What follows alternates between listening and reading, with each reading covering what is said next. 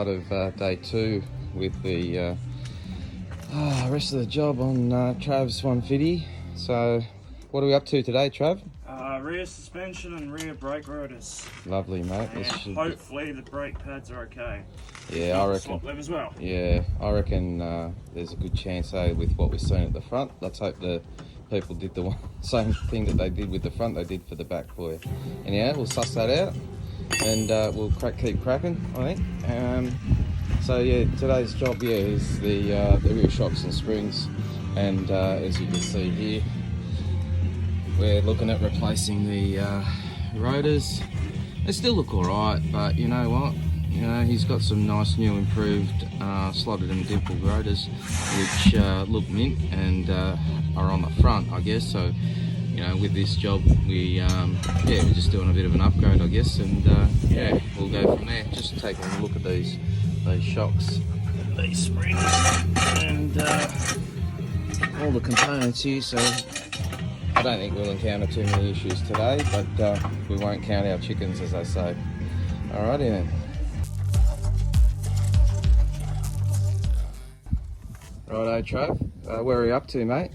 Alright, so I've just taken the 2 bolts, well, the calipers off. All that is 2 bolts. Where there are they, mate? Here. They're just at the back there, yeah. They are just a 17mm bolt. Yeah. Take those 2 off. The caliper just slid straight off these brakes, unlike the front. We had to pry them off. Undid the clip just for getting a bit of flexibility. We undid the clamp at the back for, again, a little bit of flexibility. You probably don't need to do that, but what we've discovered is a little trick, which Travis is going to show you next. So the 2 bolts that we took from that line are a M6 bolt, what fit beautifully into the rotor. So we'll just get a close up on that. So now you might find, and I think, you know, with any vehicle that's had a decent life, that these rotors, as that were with the front, tend to just get a little bit stuck on. So I've used a bit of WD-40, just cleaned out the threads on these jacking bolts. Yeah, 12mm. Look at that, and she's already come away, eh? Beautiful. Look at that. Fucking beautiful. Straight off. Yeah. Look. So I think probably what we can explain here, now that that's all apart, is on further inspection, we're not doing this job, but Travis will be better versed for it next time, is that these drum brake shoes, which are for the handbrake, they're pretty much down to the limit. You know, he's probably got another, I don't know, 6 months, as long as he doesn't rip handbrake. He's out in the street like he used to in his street car. But look, you can see they're sort of worn more on one side than the other. That's just the nature of how and the call it the centripetal force of rotation there ends up grabbing more on one side than the other on those shoes. But you know, there's a couple of mil left there, you know. Not too bad. I mean, if it was my choice, I mean, not trying to put anything, but we didn't know this until we actually looked at it. But I probably would have looked at replacing them. Yeah, but that's okay. It's an easy job now that you know what you're doing for the next time round, eh? And look, just on that score as well, I think I'll show people where this adjustment screw is, if I can find it. It's inside one of these holes. Oh, you've got to spin that around. So what it is, there it is down there. So when we, sorry, I wasn't even pointing the camera there. So underneath there, you'll see there's a little, little spin, that's it. And what you do is you try and get your screwdriver. You got a screwdriver there, a little skinny one. Just a little one. Anyway, you get your screwdriver in through that hole and you basically flick it. Yeah, so the idea would be, as you can sort of see, flick up, flick down, flick up, flick down, and you have to do that to adjust the brakes. So this is where we're at. Quick, easy job. Give it a bit of a clean out. Probably I'll get a bit of brake cleaner onto that, and we'll give it a squirt. And it won't be long before we have all that back together again. Okay, Travis, what are you up to now, mate? Just taking out the lower bolt for the rear shock. So we've replaced everything as far as the disc rotors go, and everything's gone back into place nicely. That one just came out beautifully. Yeah, so just show them the head of that bolt, right? That's actually been smashed by rocks and road gravel and whatnot, and it's basically rounded the head, but enough to get a spanner on that. The other side, pretty rotten. Like it. Yeah. So what we've ended up doing is obviously we want to try and get this rear diff free, okay?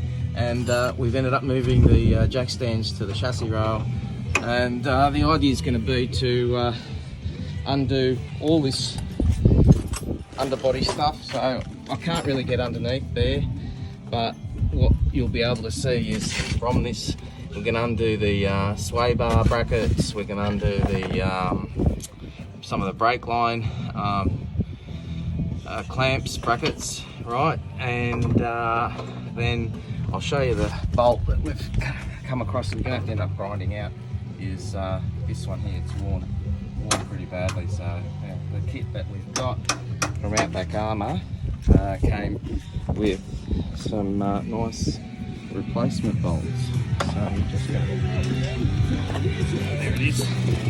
Right, so there it is. So they actually came with the kit, so we should be able to replace them. These are a nice looking shop. Yeah. Alright, so we'll carry on and start undoing everything.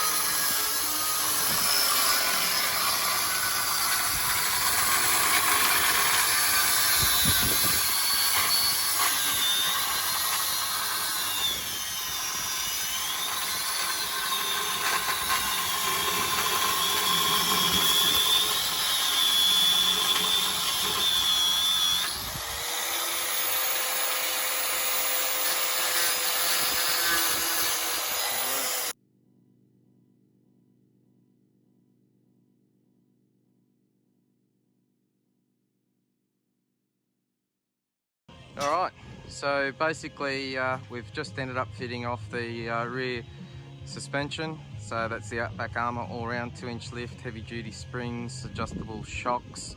So look at the height on that, mate. We've basically got 855 in the rear, got 800 in the front. Okay, it's just sitting so much better. Like Travis will show you some photos of this thing when it was what it was before. He's taken it everywhere, it's gone everywhere, but this thing's now going to be far more capable with the whole setup. So if I just go in tight, this is all settled in overnight. It's a very nice setup there. Look at that. That is sensational, right? So, you know, big job, lower control arms, the whole bit, right? Hubs, upper control arms, rotors. And then we look at the rear. Again, we had a few little headaches in the rear with a little bit of seizing up and whatnot. But, you know, the net result has come good with this. So we just come down through here. We have a look at the underneath part of it, right? So that looks fantastic. I just suggest that he gets some of these shock absorber stone guards for the rear, because we had a bit of an issue with one of the bolts rounding off, as you probably saw in one of our earlier videos. But you can see the coils are in, pan hard's in, the whole lot, all sit in mint. So look, job well done, car looks great, happy days. Day 2, car's finished. Hey Travis, before you run away, so what do you reckon, mate? No longer the load Commodore. No, looks mint, eh? He actually has to use a step ladder to get in now. So maiden voyage with the full lift. So basically everything's tightened up. Front was done yesterday with everything. So now we're basically just going to take it for a bit of a run, and you know, he'll be able to work out if the rear's a bit stiff. So they're adjustable. Got the little dials at the back on that shocky. Just looking at that front looks great. Just look at that. Just fucking look at that. Yeah, perfect, mate. Alright.